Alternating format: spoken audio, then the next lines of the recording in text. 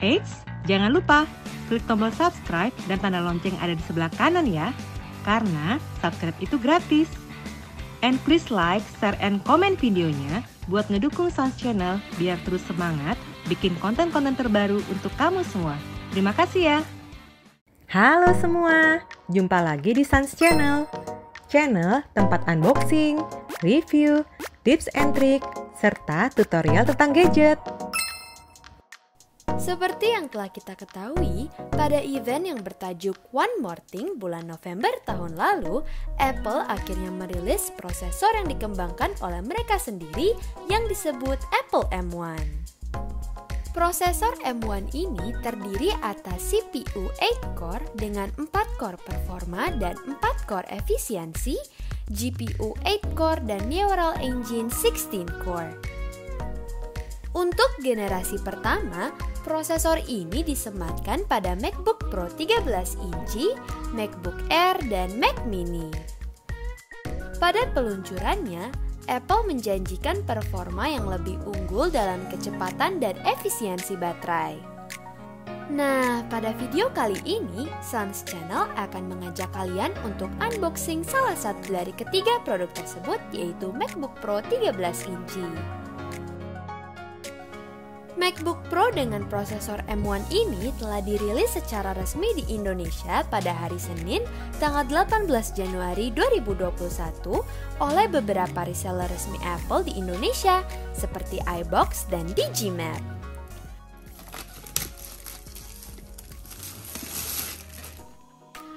MacBook Pro 13 inci yang kita unboxing memiliki RAM 8GB dan kapasitas penyimpanan SSD sebesar 512GB dengan warna Space Gray.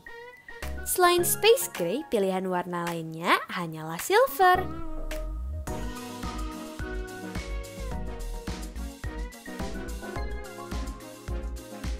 Nah, ini dia nih MacBook Pro-nya. Masih terbungkus rapi ya guys.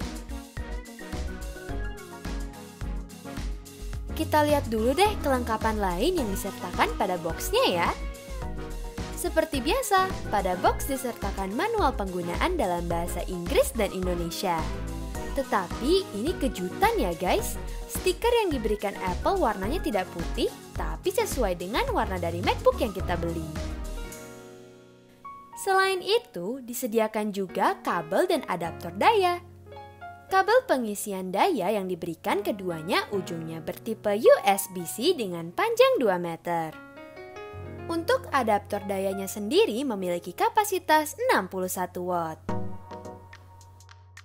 MacBook Pro 13 inci ini memiliki ukuran tinggi yaitu 1,56 cm dengan panjang 30,41 cm dan lebar 21,24 cm.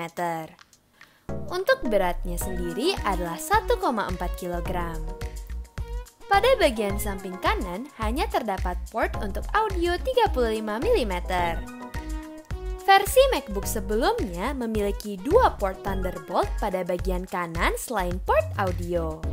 Sepertinya Apple menghilangkan 2 port Thunderbolt ini untuk menyediakan ruang yang lebih untuk perangkat lainnya.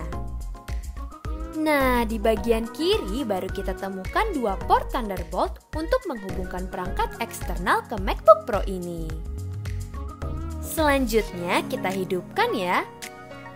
Begitu dibuka, MacBook langsung hidup ya guys. Layar dari MacBook Pro 13 inci ini berukuran diagonal 13,3 inci dengan lampu latar LED dan teknologi IPS. Resolusi maksimum yang didukung adalah 2560 x 1600 pada 227 pixel per inci dengan tingkat kecerahan 500 nit. Di samping itu, layar MacBook ini telah mendukung teknologi True Tone. Untuk setting, yang perlu dilakukan adalah memilih bahasa yang kita gunakan, sedangkan untuk aktivasinya kita perlu terhubung ke internet. Setelah itu, kita hanya perlu memasukkan Apple ID beserta passwordnya. Selanjutnya, kita perlu menyetujui syarat dan ketentuan dari Apple. MacBook Pro 13 inci ini telah terinstall macOS Big Sur versi 11.0.1, sedangkan daya baterainya telah 70% terisi. Untuk autentifikasi, selain menggunakan password, maka MacBook Pro 13 inci juga dilengkapi dengan Touch ID. Nah, jika pada versi MacBook Pro 2019 sebelumnya Touch ID ini dibuat sebagai tombol virtual pada bagian touch bar, maka pada MacBook Pro 2020 dengan prosesor M1, Touch ID disediakan satu tombol fisik.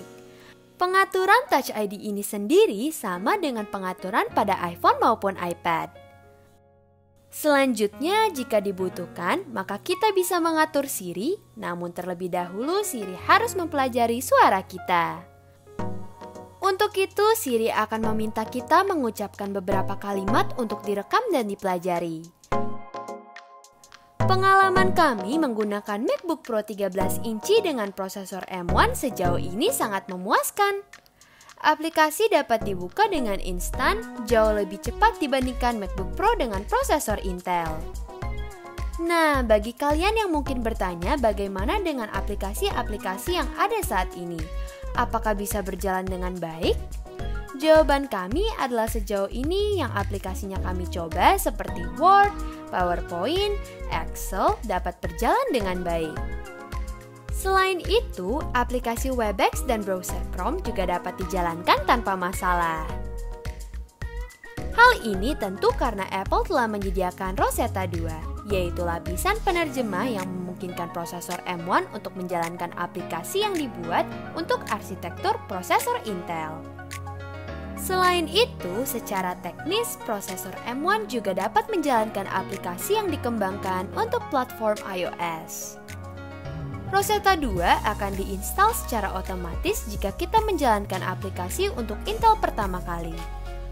Selain itu, kita juga dapat menggunakan aplikasi seperti Silicon untuk menguji apakah suatu aplikasi dapat dijalankan pada MacBook dengan prosesor M1 atau tidak.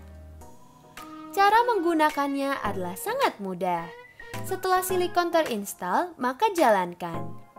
Kemudian, drag and drop aplikasi yang ingin diuji kompatibilitasnya. Jika hasil uji memberikan label universal, maka aplikasi tersebut dapat dijalankan pada MacBook dengan prosesor M1. Nah, segitu dulu ya video kita kali ini. Semoga kalian mendapatkan manfaat ya, khususnya yang berhubungan dengan MacBook Pro dengan prosesor M1. Kalau kalian terbantu dengan adanya video kali ini, jangan lupa klik like dan subscribe-nya ya. Sampai jumpa pada video-video Sans Channel berikutnya.